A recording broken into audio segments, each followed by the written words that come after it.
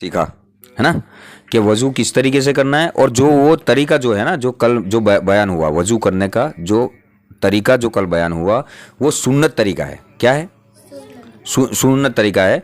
अब उसमें से फिर आगे बात आएगी कि उनमें कौन सी बातें सुन्नत है ना, और कौन सी बातें फ़र्ज है और कौन सी बातें वाजिब है, वो फिर बात की बात है। लेकिन पूरा जो वज़ू का जो तरीका कल जो बयान हुआ वो था वज़ू का सुन्नत तरीका, और उसी तरीके से हमें वज़ू करना है ना, जिस तरीके से कल बयान हुआ। अब सवाल ये है कि धोने का मतलब क्या है। जैसे चेहरा धोना, ये बयान किया ना कि चेहरा धोना, हाथ धोना, पाँव धोना, तो ये धोने का मतलब क्या है। तो जवाब ये है कि धोने का मतलब ये है कि जिस चीज को धोएं उसके हर हिस्से पर पानी बह जाए, है ना। अब हद बताई कि चेहरा कहाँ से कहाँ तक धोना है, तो भाई पेशानी के बालों से लेकर ठोड़ी के नीचे तक, और एक कान की लौ से दूसरे कान की लौ तक पूरा चेहरा धोना, है ना। तो अब जो हद बताई है ना कि यहाँ से यहाँ, यहाँ से यहाँ, तो जो हद बताई है उसके हर हिस्से पर पानी का बह जाना जरूरी है।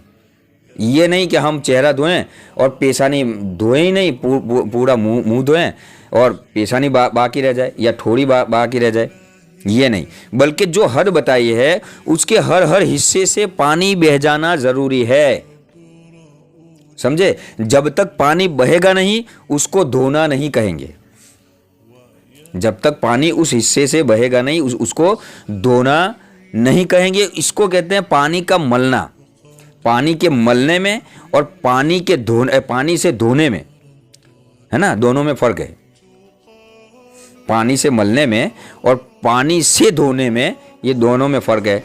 जैसे मिसाल के तौर पे ये हाथ है, मैंने पानी हाथ में लिया और इस तरीके से मल लिया, तो इसको बोलते हैं मलना। क्या बोलते हैं? मलना। लेकिन धोने का मतलब क्या है? धोने का मतलब ये है कि जब हम हाथ धोएं तो धोने के बाद ये जो उंगलियां हैं ना, यहाँ से आखिरी सिरे से पानी नीचे गिरना चाहिए। क्या चाहिए? पानी नीचे गिरना चाहिए। अब उंगलियों की तरफ से धोना है, तो जब हम यहाँ से धोना शुरू करेंगे ना, हाथ को यहाँ से जब धोना शुरू करेंगे तो यहाँ से पानी नीचे गिरना चाहिए। इसको बोलते हैं धोना। ये नहीं कि हम धो रहे हों यहाँ से पानी ही ना गिरे, है ना। तो फिर वो धोना कैसा भाई कि जिसको पानी बहे ही नहीं। धोना बोलते हैं बहने को, है ना।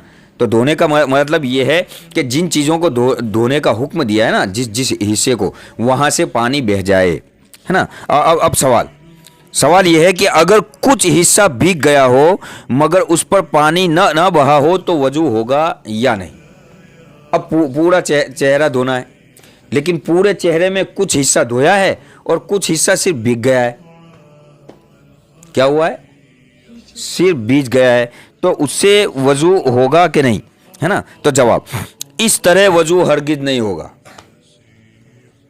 इस तरीके से वजू हरगिज नहीं होगा। भीगने के साथ हर हिस्से पर पानी बह जाना जरूरी है। सिर्फ भीगना नहीं है बल्कि पानी भी बहना ज़रूरी है। तुम हाथ धो तो हाथ धोने के बाद आसार नज़र आने चाहिए धोने के, मतलब पानी गिरना चाहिए, पानी गिरना चाहिए। जब तुम चेहरा धो तो यहाँ से पानी गिरना चाहिए, इसको बोलते हैं धोना। जब तुम पाँव धो तो यहाँ से पानी गिरना चाहिए, इसको बोलते हैं धोना। क्या कहते हैं? धोना। वरना फिर पानी को मलना कहा जाएगा। सिर्फ हमने उस हिस्से को भिगा दिया, बस, भिगाने से ज़्यादा कुछ नहीं किया। तो बहने का मतलब क्या है? धोने का मतलब क्या है? क्या जो हिस्सा वजू में कहा है कि इसको धोना है, चेहरे को धोना है, हाथ को धोना है, पाँव को धोना है, जिन हिस्से को धोना कहा गया है ना, उस हिस्से से पानी बह जाना ज़रूरी है। अगर पानी नहीं बहा तो तुम्हारा वजू नहीं होगा। अब जब वजू नहीं होगा तो नमाज पढ़ोगे तो नमाज नहीं होगी। अगर तुमने कुरान शरीफ पकड़ लिया तो गुनहगार होंगे, है ना। तो वजू करने में इन बातों का ध्यान रखना है। अस्सलामु अलैकुम व रहमतुल्लाहि व बरकातुहू।